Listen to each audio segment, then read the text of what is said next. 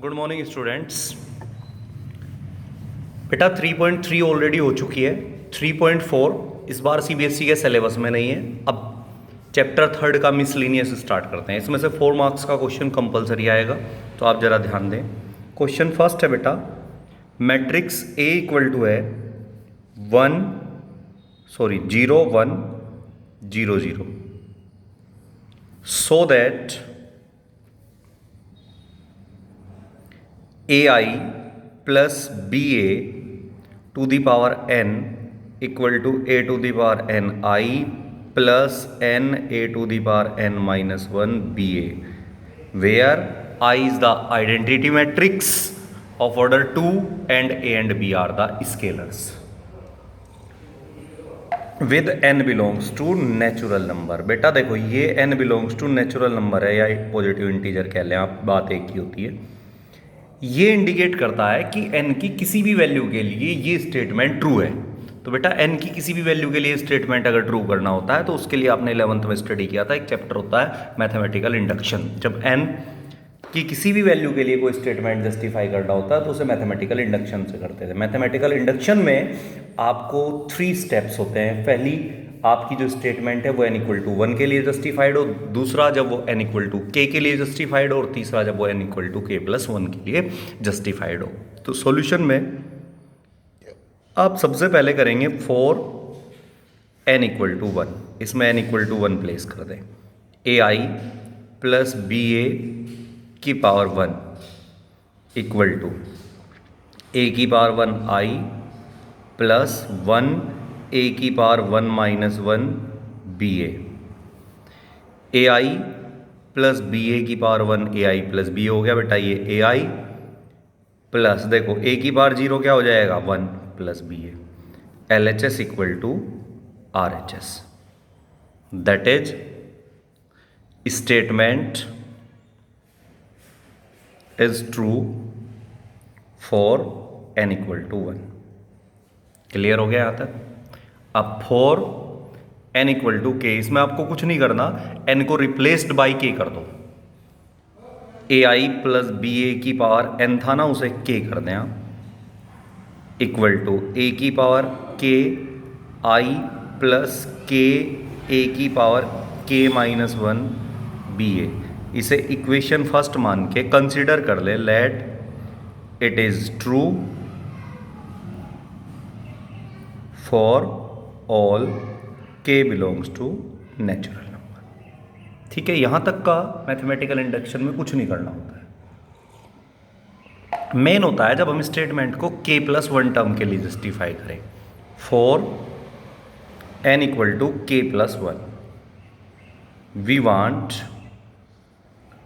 To prove that, क्या prove करना चाहते हैं हम, ai प्लस ba की power k plus 1 equal to a की power k plus 1 I plus k plus 1 a की पावर, जब यहाँ n के प्लेस पे k प्लस 1 आएगा बेटा n के प्लेस पे, तो ये क्या हो जाएगा k आएगा, क्योंकि प्लस 1 माइनस 1 कैंसिल हो जाएगा ba। ये आपने प्रूव करना है, मेन टर्म ये है। अब जरा इस पर फोकस करें, LHS उठाएं,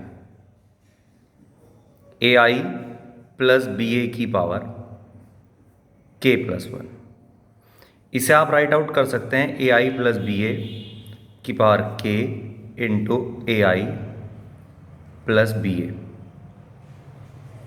ठीक है, इसकी वैल्यू इक्वेशन फर्स्ट में होगी, इसकी वैल्यू इक्वेशन फर्स्ट में होगी।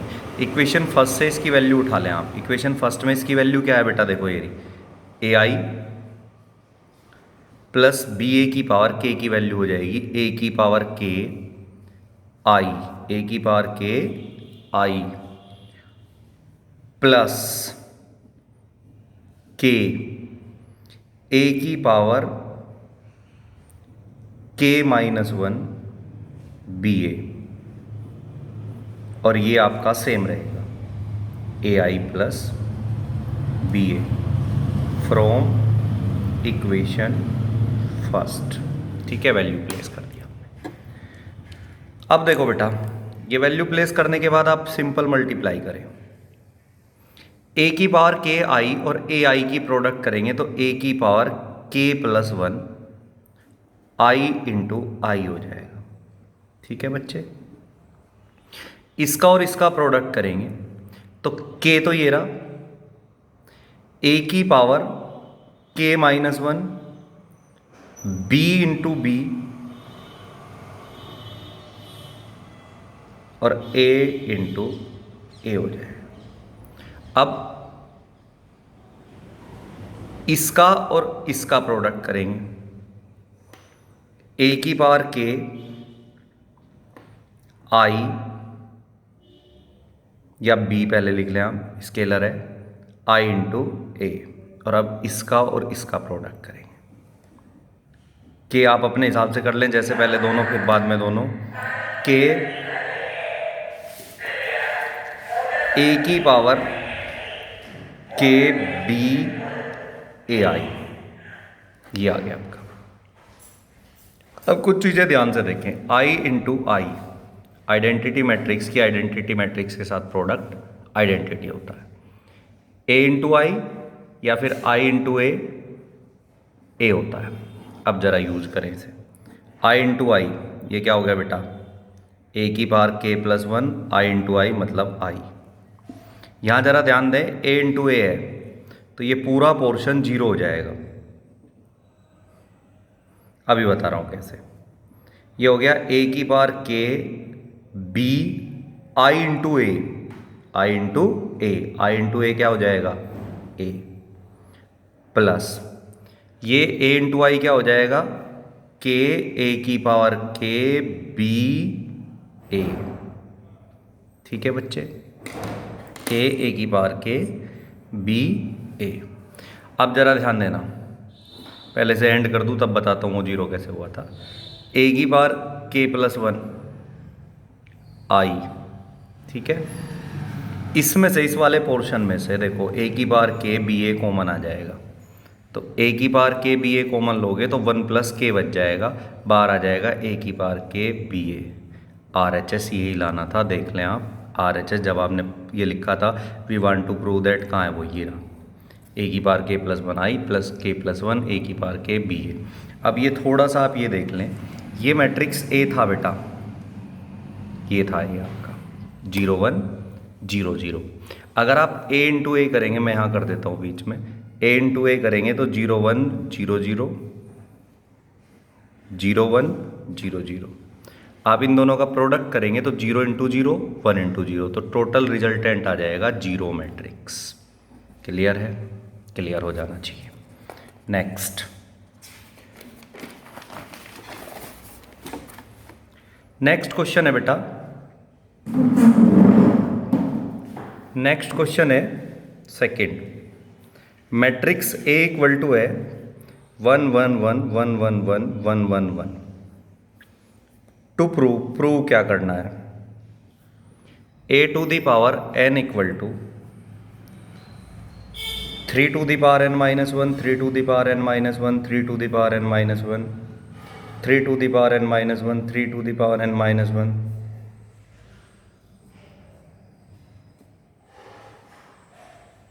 3 to the power n minus 1।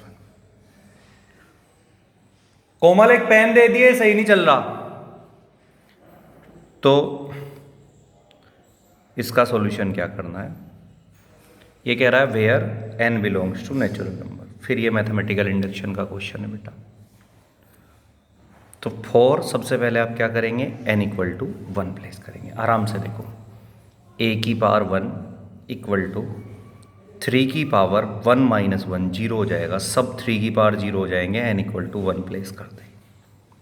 ठीक है, हो गया बेटा ये। अब ये आपका किसी की भी बार जीरो होती है तो ये क्या होता है 1,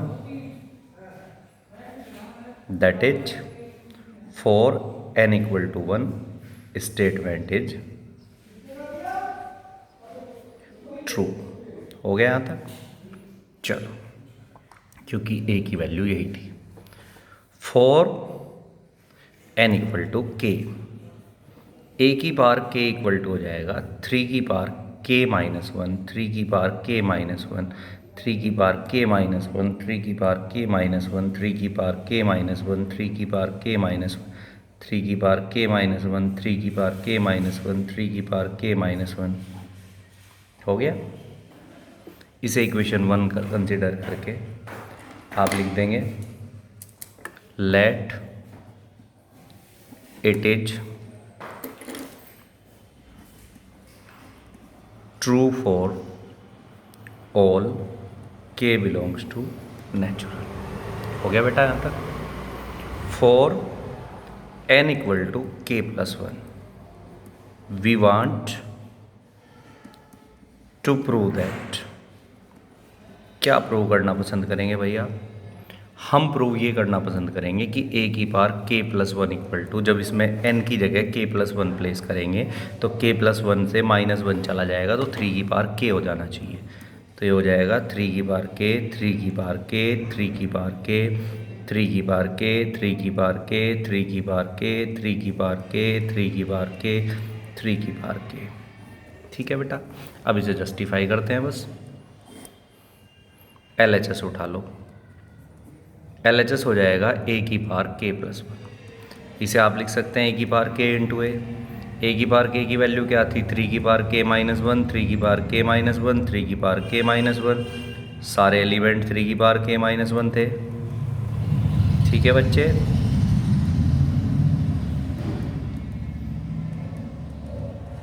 इंटू a की वैल्यू क्या थी? 1 1 1 1 1 1 1 1।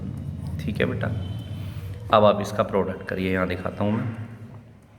3 की पावर k माइनस वन और 1 की प्रोडक्ट करेंगे तो ये हो जाएगा 3 की पावर k माइनस वन। फिर इसकी और 1 की करेंगे तो ये भी 3 की power k minus one, plus में इसकी और 1 की करेंगे तो ये भी 3 की पावर k माइनस वन। और ये 9 एलिमेंट सेम आएंगे, यहाँ जगह कम है, मैं ऐसे ही डैश कर रहा हूँ। 9 के 9 ये एज इट इज़ 9 आएंगे। ठीक है, इसमें से 3 की power k minus one common आ जाएगा। 1 प्लस 1 प्लस 1, ये 9 एलिमेंट सेम आएंगे। ठीक है बेटा, और ये हो गया 3। और 3 की पावर k माइनस वन में अगर हम 3 से प्रोडक्ट करेंगे तो क्या हो जाएगा? 3 की पावर k हो जाएगा ना, तो सारे एलिमेंट क्या हो जाएंगे? 3 की पावर k। बस ये जस्टिफाई करना है एग्जाम में, डैश मत कर देना, ये तो मैं तुम जल्दी में कर रहा हूँ। नेक्स्ट चलते हैं। नेक्स्ट क्वेश्चन है बेटा, सेम है, आप खुद ट्राई करें, नहीं हो तो मेरे से पूछ लें। 4th क्वेश्चन चलते हैं। ये कह रहा है A and B are the symmetric matrix. Given है ए और बी सिमेट्रिक मैट्रिक्स है। इसका मतलब ये हुआ कि ट्रांसपोज ऑफ ए के इक्वल है बेटा, और ट्रांसपोज ऑफ बी किसके इक्वल है? बी के। A and B are the symmetric matrix, that means A और ट्रांसपोज और बी ट्रांसपोज सेम मैट्रिक्स हैं ए और बी के। टू प्रूव करना है A B minus B A is a skew symmetric matrix. ये प्रूव करना है आपने।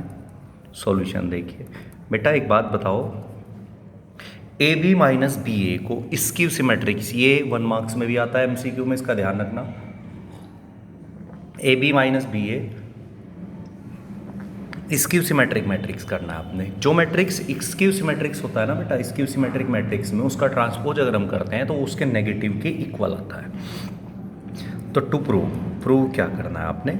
प्रूव करना है A B minus B A का अगर हम ट्रांसपोज करेंगे तो वो negative of A B minus B A होगा। बच्चे यहाँ देखो, यहाँ ऐसे मत डरो, ये ए अलग मैट्रिक्स है, बी अलग मैट्रिक्स है, लेकिन ए बी करके सिंगल मैट्रिक्स हो जाएगा। बी अलग मैट्रिक्स है, ए अलग मैट्रिक्स है, बी ए करके फिर सिंगल मैट्रिक्स हो जाएगा। दोनों को नेगेटिव में ऐड करेंगे, मतलब सब्सट्रैक्ट बताया था आपको, तो फिर सिंगल मैट्रिक्स। तो ये एक सिंगल मैट्रिक्स है, तो सिंगल मैट्रिक्स का ट्रांसपोज अगर उसके नेगेटिव के इक्वल होता है तो उसे आप क्या कहते हैं? Skew symmetric matrix. LHS उठाइए बेटा, A B minus B A transpose. ठीक है, इसे आप लिख सकते हैं ए बी का ट्रांसपोज माइनस बी ए का ट्रांसपोज। पिछली वीडियो में मैंने 3 प्रॉपर्टी बताई थी। ए प्लस बी का ट्रांसपोज इक्वल टू होता है A transpose plus B transpose. A minus B का ट्रांसपोज अगर हम करें तो वो होता है A transpose minus B transpose, और ए बी का ट्रांसपोज अगर हम करें तो वो रिवर्स में B transpose into A transpose. ये तीनों प्रॉपर्टी मैंने फर्स्ट वीडियो इससे जो बनाई थी उसमें बताई। अब देखो, अगर इसमें ये वाली प्रॉपर्टी यूज करूं तो ये बी ट्रांसपोज ए ट्रांसपोज हो जाएगा कि नहीं हो जाएगा बेटा, माइनस इसमें करें रिवर्स होके ए ट्रांसपोज बी ट्रांसपोज। अब आपको गिवन था, क्या गिवन था कि ए ट्रांसपोज ए के इक्वल है और बी ट्रांसपोज बी के इक्वल है, तो इसे क्या लिख सकते हैं बी, इसे क्या लिख सकते हैं ए, इसे क्या लिख सकते हैं ए, इसे क्या लिख सकते हैं बेटा बी। तो इसमें से अगर आप माइनस बाहर ले लेंगे तो ये ए बी माइनस बी ए हो जाएगा कि नहीं हो जाएगा, आर एच एस खत्म हो गया। नेक्स्ट चलते हैं। इसके बाद बेटा फिफ्थ क्वेश्चन है, इसका गाइडों में अजीब सा सॉल्यूशन है। कोई भी आपको कह देगा कि ये सर ने गलत करा रखा है, मैंने पता है आपको 22 साल से मैं झक नहीं मार रहा हूँ, ये ध्यान रखो बेटा, ठीक है। जो मैं बताता हूँ, और वैसे भी अब तो मैं पब्लिक प्लेटफॉर्म पे बता रहा हूँ, तो कुछ गलत बताऊँगा तो मैं मर जाऊँगा, तो आपसे ज़्यादा डर मुझे है। तो जो बता रहा हूँ वो ईजिएस्ट सॉल्यूशन है, आप उसे देखें। ये कहता है सो दैट, क्वेश्चन देखिए, so that the matrix B transpose AB is symmetric और स्क्यू सिमेट्रिक। ये सिमेट्रिक होगा या स्क्यू सिमेट्रिक होगा according to A is symmetric, book रख लिया करो अपने पास, A इज सिमेट्रिक और स्क्यू सिमेट्रिक। देखो ध्यान से, ये क्या कह रहा है कि मैट्रिक्स जो है, ये matrix B transpose A B, ये सिमेट्रिक होगा अगर ए सिमेट्रिक है, और ये स्क्यू सिमेट्रिक होगा अगर ए स्क्यू सिमेट्रिक है। तो इस क्वेश्चन के दो पार्ट हैं। पहला पार्ट गिवन है आपको, या इफ लिख लें आप, B transpose A B symmetric है, दैट मीन्स इसका ट्रांसपोज इसी के इक्वल है। हो गया। अब एक बात बताओ, ये वैसे तो 3 मैट्रिक्स हैं, लेकिन प्रोडक्ट करके तो सिंगल मैट्रिक्स आएगा, और प्रोडक्ट में मैट्रिक्स जो होता है, ये एक मैट्रिक्स है, ये एक मैट्रिक्स है, या पहले दो को एक मान लो, उससे कोई फर्क नहीं पड़ेगा, ठीक है। तो ये फर्स्ट, ये सेकंड, और प्रोडक्ट में अगर होल ट्रांसपोज हो तो पहले सेकंड का ट्रांसपोज होगा, फिर फर्स्ट का ट्रांसपोज होगा, ठीक है बेटा। आराम से देखो, समझ आएगा। ये फिर प्रोडक्ट में ये पहले फर्स्ट का ट्रांसपोज होगा, बी ट्रांसपोज ए ट्रांसपोज, और ये बी। अब देखो ये बी है, ये भी बी है, तो इसे आप हटा देंगे, B transpose A transpose, B transpose A transpose, यहाँ लिख देंगे by right cancellation law, RCL।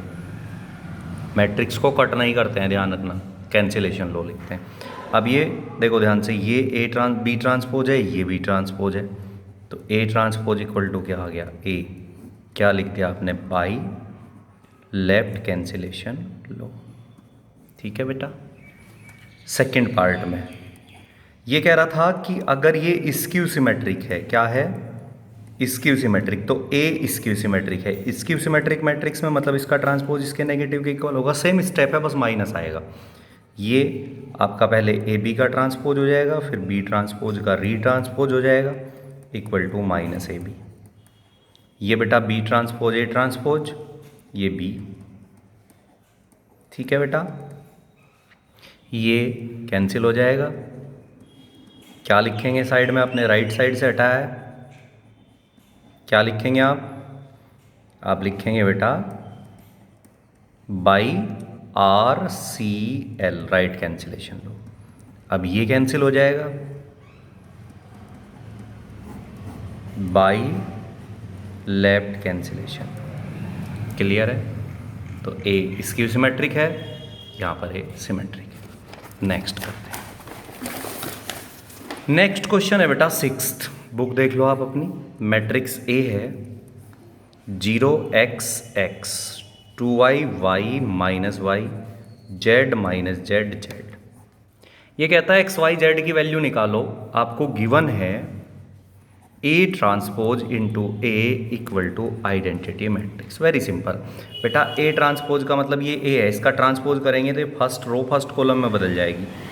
0 2yz x y minus z, ये सेकेंड रो होगी ना सेकेंड कॉलम में, x माइनस वाई जेड, ये हो गया आपका A transpose into A same है 0 2yz x y minus z x minus y z equal to identity order third का ये होता है।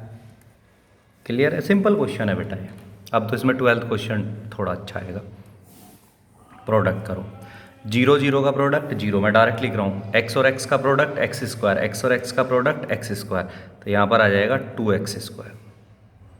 यहाँ देखो 0 x y minus x y, ये 0 आएगा। यहाँ भी प्रोडक्ट करके जब इसका और इसका प्रोडक्ट करेंगे तो ये 0 आएगा।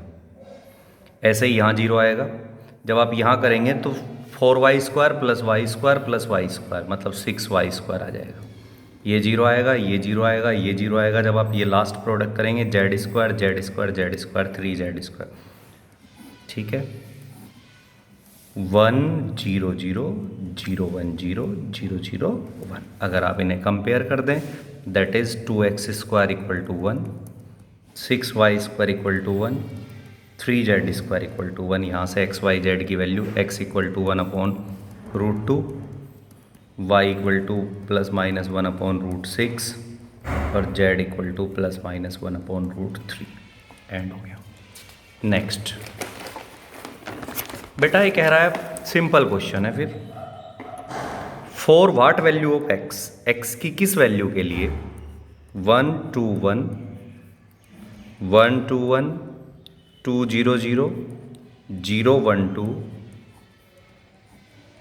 0 2 x इक्वल टू ओ। ओ का मतलब होता है नल मैट्रिक्स। नल मैट्रिक्स का मतलब है जिसकी सारी एंट्री जीरो होती हैं, जिसकी सारी एंट्री जीरो। तो करो प्रोडक्ट, इसका प्रोडक्ट अगर हम इसके साथ करें, देखो ध्यान से, 1 और 1 का प्रोडक्ट 1, 2 और 2 का प्रोडक्ट प्लस में आएगा 4, 1 और 1 का प्रोडक्ट 1। ठीक है बच्चे। अब फर्स्ट रो और second column 1 into 2, 2 into 0, 1 into 0, 1 into 0, 2 into 1, बस ये आपका प्रोडक्ट आ गया। इधर 0 2 x इक्वल टू ओ, ये हो गया बेटा 6 2 4। प्रोडक्ट देख लेना, हो सकता है मेरे से कोई एलिमेंट गलत लिखा जाए। 0 2 x प्रोडक्ट करो 6 into 0 plus 2 into 2 plus 4 into x. ठीक है बेटा, इक्वल टू 0 मैट्रिक्स में आ गया। अभी एलिमेंट हो गया, ये ओ था ऊपर, ये ओ है, ये छोटा बना दूँगा, ये 0 हो गया। ठीक है बेटा, ये 6 4 4, तो 4 प्लस 4x इक्वल टू 0, तो x इक्वल टू -1। ठीक है बच्चे।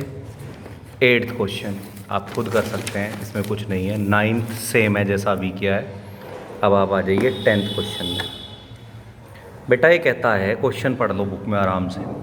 अ manufacture produce 3 product x y and z which he sell in 2 market. Annual sale indicated. Market first में और मार्केट सेकंड में प्रोडक्ट की सेल, प्रोडक्ट्स 10,000 2,000 18,000 6,000 20,000 8,000। ये XYZ की सेल है।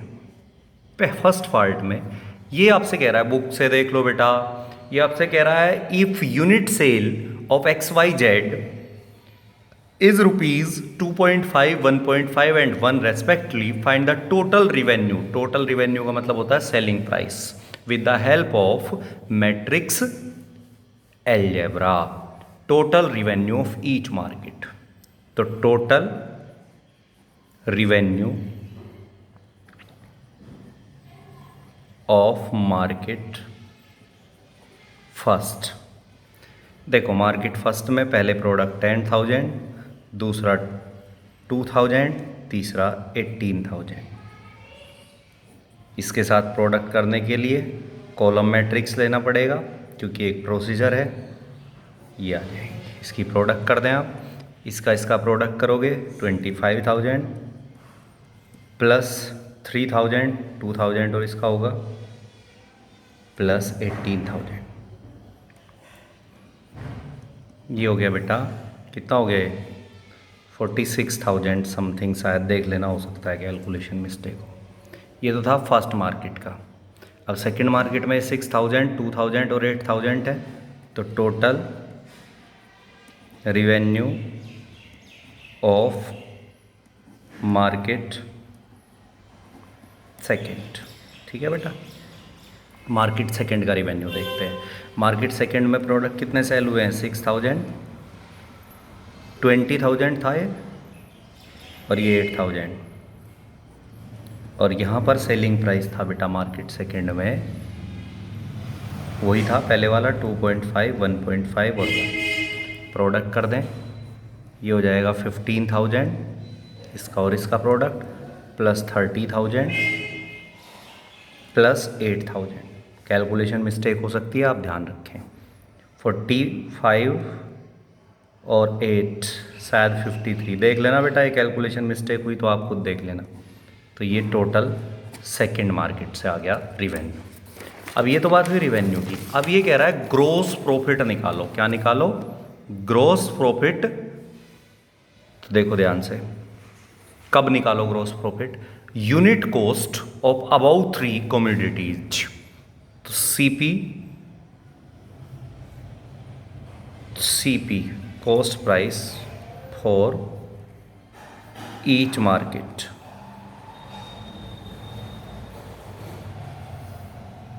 या बोथ मार्केट कर लो, बोथ एक साथ ही निकाल दो। फर्स्ट मार्केट में 10,000, 2,000 और 18,000 इतना प्रोडक्ट सेल हुआ था। इनका रेट था 2.5, 1.5, सेलिंग प्राइस नहीं कॉस्ट प्राइस निकाल रहे हैं, 2, 1.5। सेकेंड मार्केट में सेल हुआ था 6,000, 20,000, 8,000, और यहाँ पर यही था 2, 1.5। इनका प्रोडक्ट कर दे, ये हो गया 20,000 प्लस 2,000, इसका करेंगे प्लस 9,000। ये फर्स्ट मार्केट का आ गया। ये आ गया आपका 12,000, 20,000, 4,000, ये सेकंड मार्केट का आ गया। तो ये आपका हो गया 22, 31,000 तो पहली मार्केट का कॉस्ट प्राइस है, और ये हो गया 40, 36 दूसरी मार्केट का। तो ये टोटल कॉस्ट प्राइस आ गया। अभी आपने पीछे सेलिंग प्राइस निकाला है, तो प्रॉफिट इक्वल टू क्या होता है, इतना तो पता होगा ना, एसपी जो पीछे निकाला है माइनस सीपी कर लेंगे, सब्सट्रैक्ट करके हो जाना चाहिए। 11th और 12th क्वेश्चन बेटा ये बोर्ड में पूछे जाते हैं, ज़रा ध्यान देना। 11th, मैट्रिक्स एक्स आपको निकालना है जिसका प्रोडक्ट इस मैट्रिक्स के साथ ये है। बच्चे देखो, मैट्रिक्स के बारे में मैंने आपको इनिशियली बताया था, जब मैंने स्टार्ट किया आपको बताया था कि मैट्रिक्स निकालने से पहले आपको उसका ऑर्डर डिफाइन करना होगा। जब तक आपके पास मैट्रिक्स का ऑर्डर ही नहीं है तो आप मैट्रिक्स कैसे निकालेंगे? तो मैट्रिक्स का ऑर्डर आपको हर हाल में डिफाइन करना होगा। अब मैट्रिक्स का ऑर्डर निकालने के लिए मैंने आपको समझाया था, दोबारा देखिए। मैट्रिक्स का जो प्रोडक्ट होता है, प्रोडक्ट, एक मैट्रिक्स है ए, मान लो इसका ऑर्डर है m क्रॉस n। एक और मैट्रिक्स है बी, इसका ऑर्डर है p क्रॉस q। तो ए बी पॉसिबल कब होगा? ए बी पॉसिबल कब होगा आपको ये बताया था कि इसमें नंबर ऑफ कॉलम और इसमें नंबर ऑफ रो, इसमें नंबर ऑफ कॉलम और इसमें नंबर ऑफ रो इक्वल हो, यानी कि पॉसिबल तब होगा जब n इक्वल टू पी होगा, यानी कि c इक्वल टू आर पर प्रोडक्ट होती है। ये आपको समझाया, ठीक है बेटा।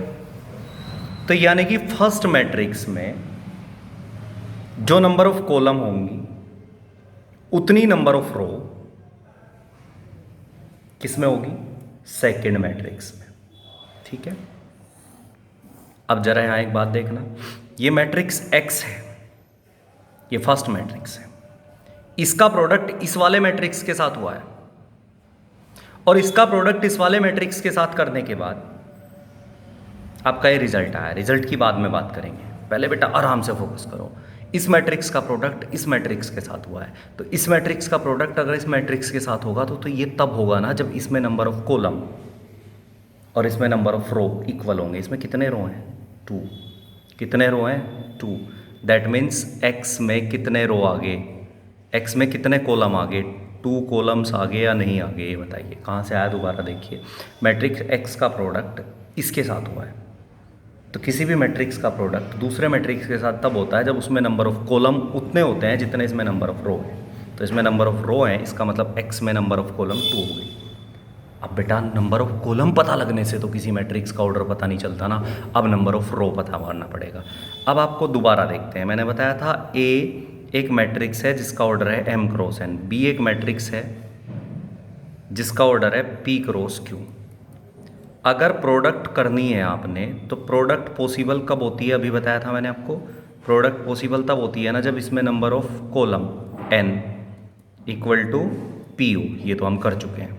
और इसके बाद एक चीज़ और बताई थी, आप पिछली वीडियो उठा के देख लेना, रिजल्टेंट जो होगा उस रिजल्टेंट का ऑर्डर फर्स्ट वाले की रो आएगी m और लास्ट वाले की कॉलम आएगी q।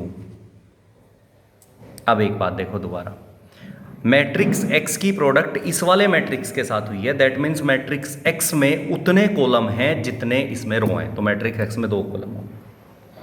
अब जो रिजल्ट आता है, दोबारा देखो बेटा, रिजल्ट जब आता है प्रोडक्ट करके उसमें number of row first matrix से आती हैं। देखो ध्यान से, number of row first matrix, ये रफ वर्क है, आपको एग्जाम में नहीं करना है।